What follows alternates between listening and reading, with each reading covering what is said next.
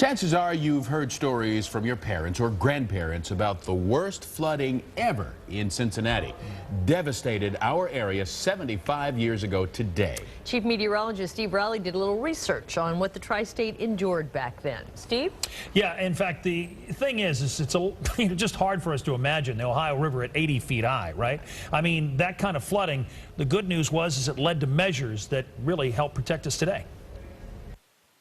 Black Sunday, the day fires blazed and gas tanks exploded while the flooding continued. This is considered the worst day along the 981-mile-long Ohio River.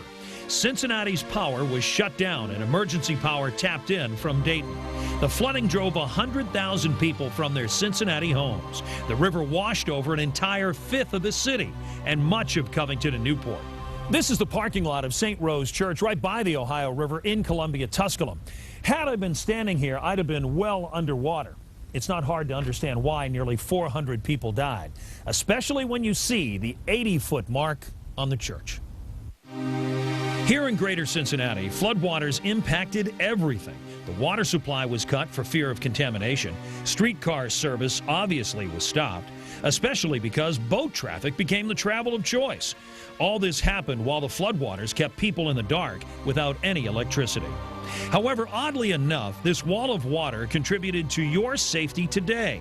Following this historic flood, the Army Corps of Engineers created more than 70 storage reservoirs, reducing the flood threat over the years.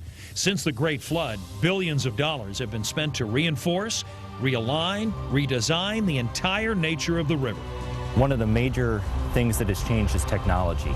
Back in 1937, we didn't have the automated river gauges that we have today. Those all communicate via satellite. In 1937, they all communicated what river observations there were taken manually and communicated via telegraph, and all the telegraph lines were washed out. Nevertheless, as we know, their efforts only mitigate the effects, not stop it. These pictures from 1997, our Great Flood, shows the river at 65 feet.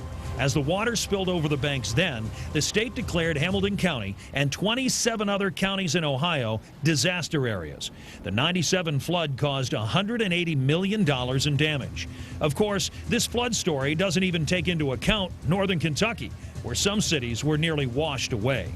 Yet the tale began in 1937, a momentous event reviewed many times, even by the venerable newsman Al Shuttlecotty.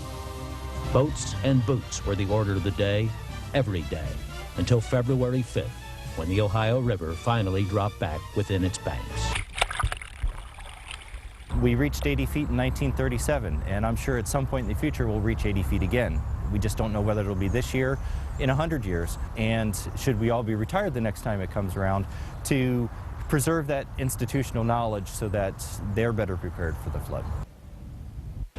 So we've learned from our tragedies in the past, the catastrophes that have happened to the area around the tri-state.